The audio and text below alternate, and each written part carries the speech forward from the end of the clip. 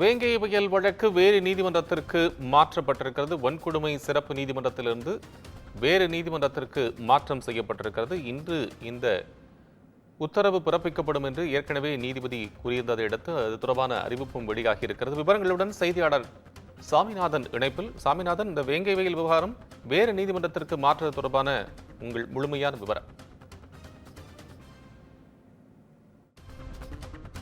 அதாவது புதுக்கோட்டை மாவட்டம் வேங்கை வயலில் பட்டியலின மக்கள் வசிக்கக்கூடிய குடிநீர் தொட்டியில் மலம் கலந்த விவகாரம் பெரும் சர்ச்சையை கிளப்பியது. இந்நிலையில இந்த வழக்கில் குற்றம் சாட்டப்பட்ட வேங்கை கிராமத்தை சேர்ந்த முரளிராஜா, ஆயுதப்படை காவலர் முரளிராஜா, சுதர்சன் மற்றும் முத்துகிருஷ்ணன் ஆகியோர் மீது தமிழக அரசு கிட்டத்தட்ட 2 வருடங்களாக சிபிசிஐடி விசாரணை முடிந்த நிலையில அந்த அறிக்கை தாக்கல் செய்யப்பட்டது. இந்த அறிக்கையில 3 பேரும் பட்டியல சமூகத்தை சேர்ந்தவர்கள் என்பது காரணத்தினால இந்த வழக்கை பல்வேறு அதாவது சிபிஐக்கு மாற்ற வேண்டும் என்று வேண்டுகோள் வைத்த தரப்பும், சிபிஐசி தரப்புல 3 பேரும் பட்டியல சமூகத்தை சேர்ந்தவங்க வன்கொடுமை தடுப்பு சட்டத்தை நீக்கி இந்த வழக்கை நீதிமன்றம் நடுவர் நீதிமன்றத்துக்கு மாற்றணும்னு சொல்லி வழக்கு பதிவு செஞ்சு கிட்டத்தட்ட 1 வாரத்துக்கு மேலாக இந்த வழக்கு விசாரணை நடைபெற்று வந்தது.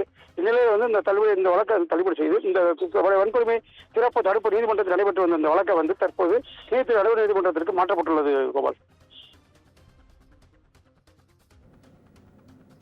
நன்றி சாமிநாதன். உங்கள் அண்மை விவரங்களுக்கு நன்றி.